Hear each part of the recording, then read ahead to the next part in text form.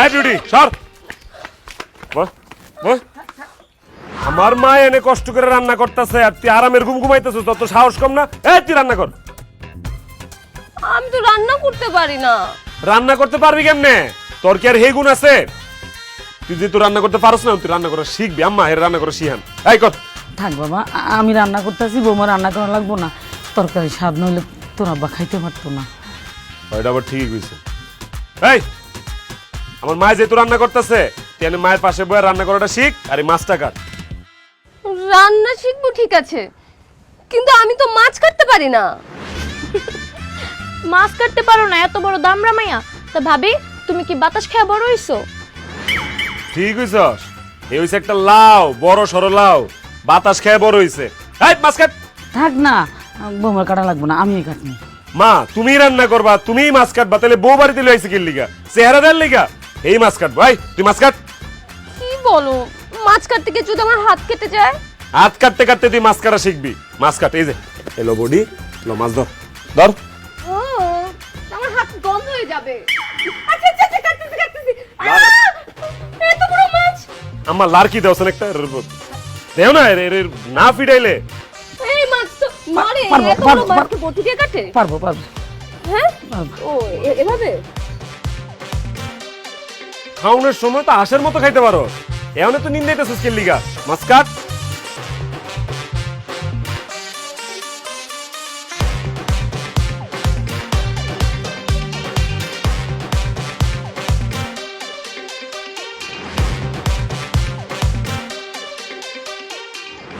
আরে পুকুরের মাছটি সব বড় হয়ে গেছে, লাফালাফি শুরু করছে দিতাম, দেখছো? কি ব্যাপার, তুই আমাকে এখানে নিয়ে আসছো কেন? এটা হইছে আমগর পুকুর, তোমার লগে পুকুরের পরিচয় করাইতে নিয়ে আসছি। আর আমরা এই পুকুরে গোসল করি, তুমি অন থেকে এই পুকুরে গোসল করবা। হোয়াট? এখানে গোসল করো? এরকম খোলা জায়গায় মানুষ গোসল করে কিভাবে? আই, আশেপাশে লোকজন থাকলে সবকিছু দেখে ফেলে না? ও এখন বুঝতে পারছি, তোরা ঢাকা শহরের মাইয়ারা বাথরুমের মধ্যে কেমনে গোসল করস। ও আমরা এই পুকুরের মধ্যে অনেক সভ্য শালীন ভাবে গোসল করি, জামা কাপড় পরে ফিটফাট হয় তারপর গোসল করি। যাই হোক, আমার এই জামা কাপড়গুলো নোংরা হয়ে গেছে, এটি ধুয়া দে ল। এই, আমি তোমার এইসব জামা কাপড় ধোবো? খালি আমার না, আমার আম্মার শাড়ি, আব্বার লুঙ্গি, পাঞ্জাবি সব তোর ধুন লাগবো। ভালো করে ধুইতে হবে যেন একটু ময়লা না থাকে। ধর। আমি পারবো না, এসব জামা কাপড় ধুলে আমার হাত ব্যথা করবে। যদি তুই এই জামা কাপড় না ধোস, তাহলে এখন তোর আমি ধাক্কা মেরে পানির মধ্যে ফালাই দিলাম। এই না না না না না, ধুচ্ছি ধুচ্ছি ধুচ্ছি, দাও দাও দাও। এই দাঁড়া, সাবান লাগবো না দিতে, এলো চল। তোর নামাই দেখি, আস্তে আস্তে নাম, উৎসাহ খায় পড়িস না, নাম।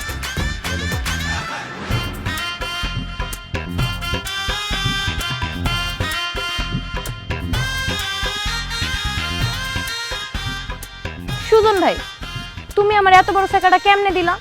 আব্বা আম্মা তোমার লগে আমার বিয়া ঠিক করছিল, আর তুমি কিনা শহরের এই মায়ের বিয়া করে ফেলাইছো। হরে কপাল খারাপ হলে যা হয় আর কি, নাইলে তোর মতো গ্রামের একটা সুন্দর মাইয়া রাইখা আমি ঢাকা শহরের কোনো একটা ফার্মের মুরগি বিয়া করে আনি। তুই জানোস তোর লেগে কিন্তু অহনমর পরানো অনেক কান্দে, তোর কথা আমার অনেক মনে হয়। মাঝে মধ্যে মন চায় সব বাইঙ্গা সুইরা রাত্রেবেলা তোর কাছে সুইটটা আহি, কিন্তু পরে আমার মনে হয় আমি তো বিয়া ইত্যা। আবার তুই যদি কিছু মনে করস, কিছু কয়ালাস। দূর সুজন ভাই, তুমি হচ্ছে কি কও না, আমি আবার কি মনে করুম? তোমার যখন মন চায় তুমি আমার কাছে চলে আইসো, আমি দরজা খোলা রাখুম। সাব্বাস, দরজা খোলা রাখিস, একদিন ঠিকই হেরে থাকা দিয়া তোর কাছে চলে আমু। এই তুই ভালো করে কাপড় চোপড় ধো।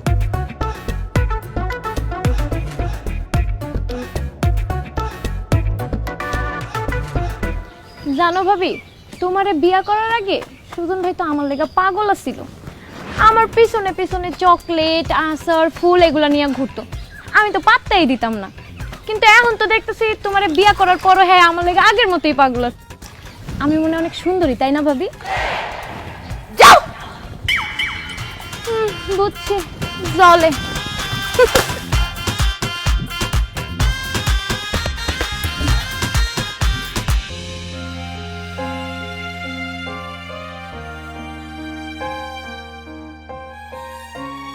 আব্বা, আব্বা, আল্লাহ আব্বা, আপনি কি লিগে খেতে কাম করতেছেন? কি করবো ক? চাকরিটাও নাই, ক্ষেত খামারে কাম না করলে সংসার চলবে কেমনে? তাছাড়া নগদ টাকা পয়সাও তো নাই যে মজুর রেখে কাম করামু। আরে কি গো আব্বা, মজুর নাই মানে? মজুর তো আছে। মজুর আছে মানে? কই মজুর? এই যে তোমার বৌমা ক্ষেত খামারের কাজ করবো। তুমি যাও তো আব্বা, রেস্ট নাও, যাও। এই তুমি সব কি বলতেছো? আমি একটা মেয়ে হয়ে খ্যাত খামারে কাজ করব?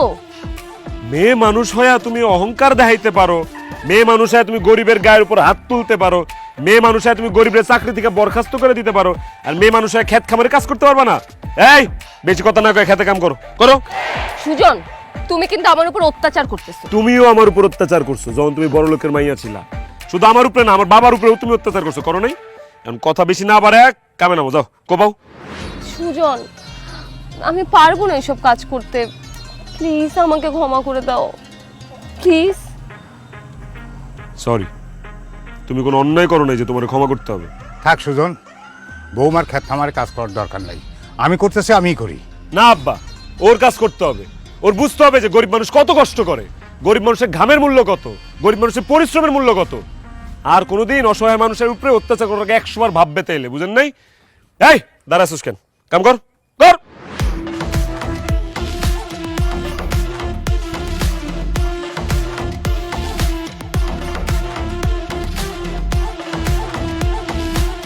এগুলি শেষ করে তারপর বাসায় আয়।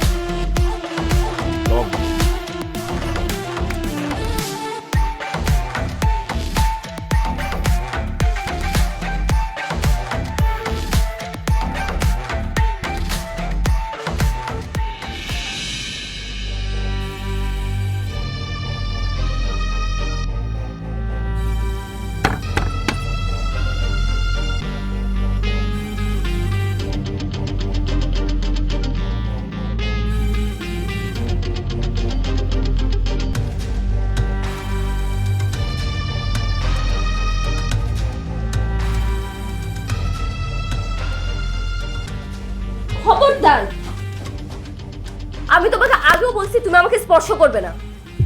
আমি তোর জামাই, আমি তোরে না শুইলে কেডা শুইব রে? দেখ আজকে বন্ধু বান্ধবের লগে একটু মজা মাস্তি করে আইছি, আজকে একটা মুড আছে, না করিস না। আয়। দেখো, আমি তোমাকে বিয়ে করছি আমার বাবার ইচ্ছায়, তোমার সাথে গ্রামে আসছি আমার বাবার মান সম্মান বাঁচানোর জন্য। এখানে আসার পর তুমি আমাকে দিয়ে যা যা করাচ্ছ তাই তাই করতেছি, যেভাবে বলতেছো ঠিক সেভাবে চলতেছি, কিন্তু এই একটা জায়গায় আমি কোনো ছাড় দিব না। আমি তোমাকে যতদিন পর্যন্ত মন থেকে স্বামী হিসাবে না মেনে নিব ততদিন পর্যন্ত তুমি আমাকে স্পর্শ করবে না। এই, তুই যদি আমার সারা জীবন স্বামী হিসেবে মায়না নিতে না পারোস তাইলে? তাহলে কোনোদিন তুমি আমার স্পর্শ পাবে না। এটা তো আমি জানি, ওই আমি যে সারা জীবন স্বামীর মর্যাদা পাবো না তোর কাছ থেকে, এটা আমি জানি, কারণ তোর তো আমারে পছন্দই না। এই তুই যেহেতু সারা জীবন আমারে স্বামীর মর্যাদা দিতে পারবি না, তোর আমি বিয়ে করছি কি লিগা? পুতুল বানায় আর লেগে বিয়ে করছি তোর আমি? হ্যাঁ, আমার পুতুল লাগতো না, পুতুল আমার দরকার নাই, আমার দরকার আদর, আমার দরকার ভালোবাসা, আমার দরকার সোহাগ। পারবি না? তুই যদি আমার আদর ভালোবাসা সোহাগ দিতে না পারস তাহলে আমিও তোর লগে থাম না, দরকার নেই তোর আমার। যা, তোর লগে থাম না আমি, যা তুই থাক তোর মতো।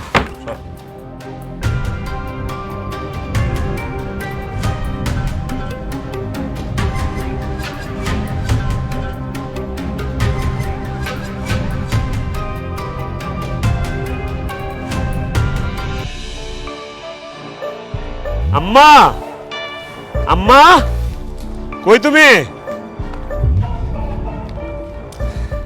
কিরে সুজন, বিউটি তোর লাগে কেন? আর হেরে বউ বউ লাগতেছে, বিউটি বউ সাজছে কেন? কারণ মা একটু আগে আমি কাজে অফিসে যা বিউটির বিয়া করছি। সুজন, আমি তোমার বউ বাড়িতে থাকতে তুমি আরেকটা মেয়েকে বিয়ে করে কেন নিয়ে আসছো? এই তুই আমার কিসের বউ? তুই তো আমার নামের বউ, তুই তো আমার কামের বউ না। আজ পর্যন্ত তুই আমার স্বামীর মর্যাদা দিছস, তাইলে আমি তোর নিয়ে কেন করে থাকো? যে আমার স্বামীর মর্যাদা দিব, আদর সোহাগ যত্ন ভালোবাসা দিব, আমি তারে বিয়ে করে নিয়ে আইছি। তোর মতো বড় লোকের মাইয়ারে বিয়ে করে আমি আমার বাড়িতে কাজের মায়ের মতো কাম করাইছি, আমার প্রতিশোধ লওয়া শেষ। তোর আর কোনো দরকার নেই, তুই যা যা। বাবা,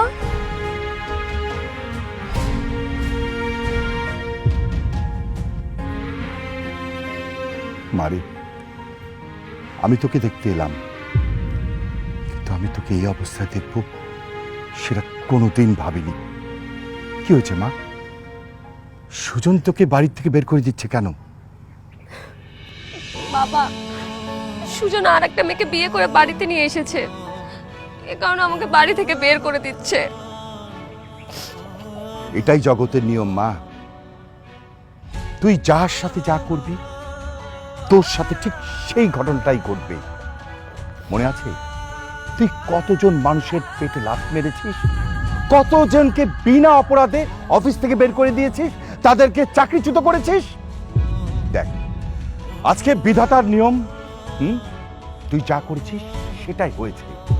তোর যেখানে আসল ঠিকানা সেখান থেকে তোর স্বামী তোকে বের করে দিচ্ছে। চল মা, আমরা ঢাকায় ফিরে যাই। আয়। না বাবা, আমি যাব না। আমি আমার স্বামীর সাথেই সংসার করতে চাই। বাবা, পরলোকের মেয়ে হয়ে আমি কখনোই জীবনটাকে চিনতে পারিনি, বুঝতে পারিনি।